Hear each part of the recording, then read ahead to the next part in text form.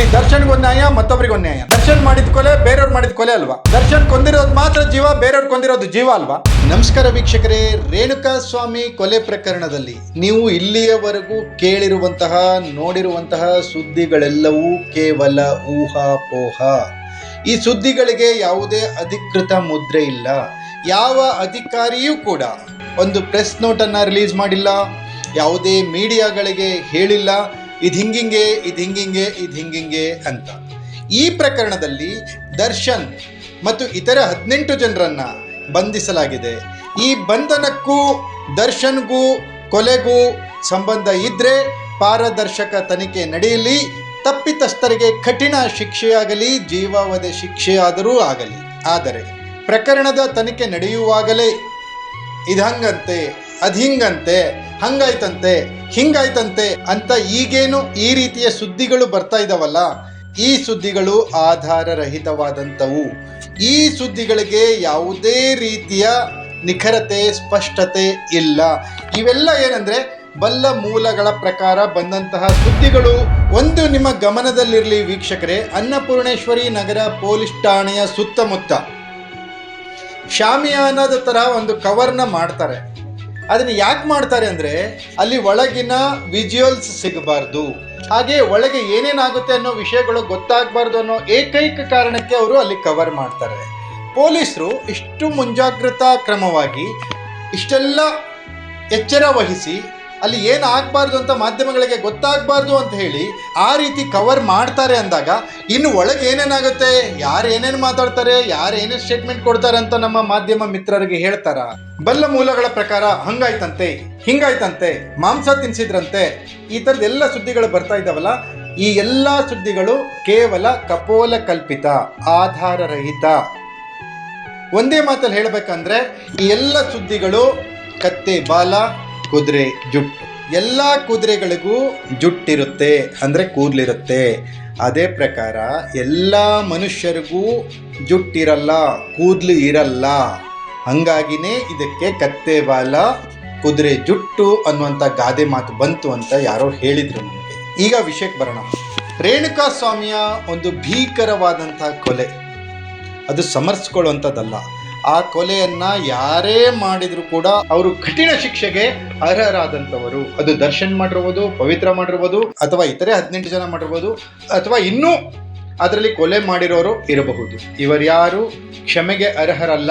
ಕಠಿಣ ಶಿಕ್ಷೆಯಿಂದ ತಪ್ಪಿಸಿಕೊಳ್ಳುವಂತಹ ಯೋಗ್ಯತೆ ಅವರಿಗಿಲ್ಲ.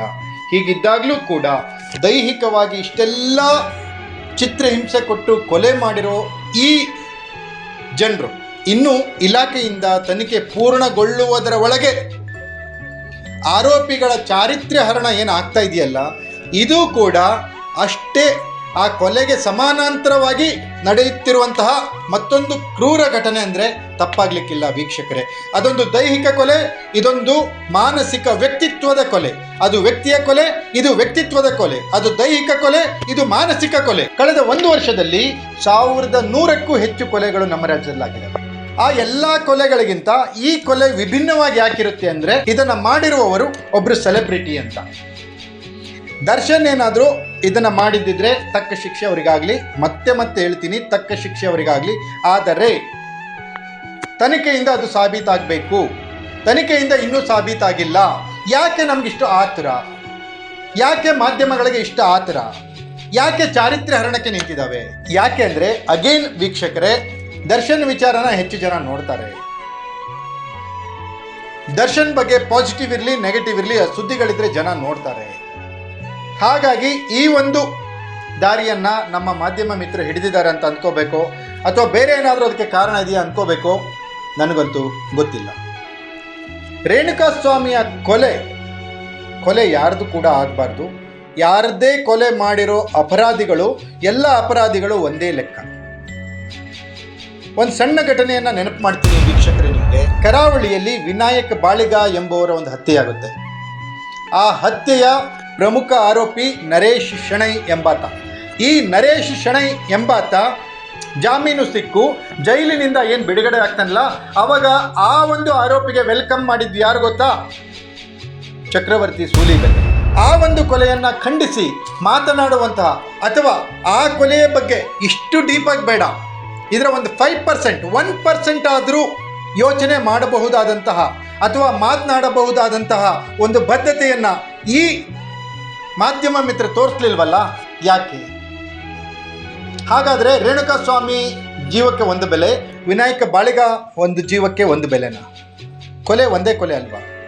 ಅದು ಹೋಗಲಿ, ಆ ಕೊಲೆಯನ್ನು ಮಾಡಿದಂತಹ ನರೇಶ್ ಶಣೈ ಎಂಬಾತನ ವೆಲ್ಕಮ್ ಮಾಡಿದಂತಹ ವ್ಯಕ್ತಿಯನ್ನು ಪಕ್ಕದಲ್ಲಿ ಕೂಡಿಸ್ಕೊಂಡು ಈ ಅತಿರಥ ಮಹಾರಥ ಪತ್ರಕರ್ತರು, ಈ ಅತಿರಥ ಮಹಾರಥ ನಿರೂಪಕರು, ಹಿಂದೆ ಮಾಜಿ ಮುಖ್ಯಮಂತ್ರಿಗಳು, ಈಗಿನ ಹಾಲಿ ಕೇಂದ್ರ ಸಚಿವರಾದಂತಹ ಸನ್ಮಾನ್ಯ HD ಕುಮಾರಸ್ವಾಮಿ ಅವರು ಅವರಿಗೆ ಬೃಹಸ್ಪತಿಗಳು ಅಂತ ಬಿರುದು ಕೊಟ್ಟಿದ್ರು. ಆ ನಿರೂಪಕರು ವಿನಾಯಕ್ ಬಾಳಿಗ ಕೊಲೆಯ ಆರೋಪಿಯನ್ನು ವೆಲ್ಕಮ್ ಮಾಡಿದಂತಹ ವ್ಯಕ್ತಿಗೆ ಪಕ್ಕದಲ್ಲಿ ಕೂರಿಸ್ಕೊಂಡು ಆ ಘಟನೆಯ ನಂತರ ಹಲವಾರು ಬಾರಿ ಇಂಟರ್ವ್ಯೂ ಮಾಡಿದ್ದಾರೆ, ಅವ್ರನ್ನ ಹೊಗಳಿದ್ದಾರೆ, ಹೊಗಳಿ ಹಾಡಿ ಅಟ್ಟಕ್ಕೇರಿಸಿದ್ದಾರೆ.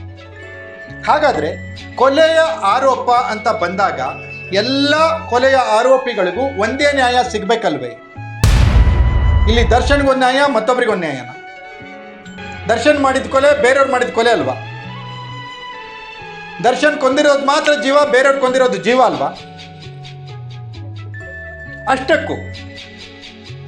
ಅಷ್ಟಕ್ಕೂ ವೀಕ್ಷಕರೇ, ವಿನಾಯಕ್ ಬಾಳಿಗ ಮರ್ಡರ್ ಆಗಿದ್ದು ಯಾಕೆ? ಆತ RTI ಆಕ್ಟಿವಿಸ್ಟ್, ಆತ ಕೆಲವೊಂದು ಹಗರಣಗಳನ್ನು ಆಚೆ ತಂದಿದ್ದ, ಅದಕ್ಕೋಸ್ಕರ ಅವನ ಮರ್ಡರ್ ಆಯಿತು. ರೇಣುಕಾಸ್ವಾಮಿ ಕೊಲೆ ಆಗಿದ್ದು ಯಾಕೆ ವೀಕ್ಷಕರೇ?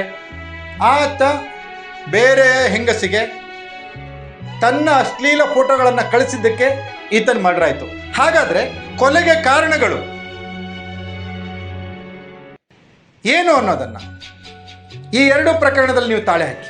ಇಷ್ಟಾದರೂ ಕೂಡ ವೈಯಕ್ತಿಕವಾಗಿ ವ್ಯಕ್ತಿತ್ವವನ್ನು ಮರ್ಡರ್ ಮಾಡುವಂತಹ ಇಂತಹ ಜರ್ನಲಿಸಮ್, ಇಂತಹ ವರದಿಗಾರಿಕೆ, ಇಂತಹ ನಿರೂಪಣೆ ಇದನ್ನು ಮಾಡ್ತಿರೋರಿಗೆ ಕೊಲೆಸ್ಟ್ರಾಲ್ ಇದೆ ಅನ್ಬೇಕಾ ಇಲ್ಲ ಅನ್ಬೇಕಾ?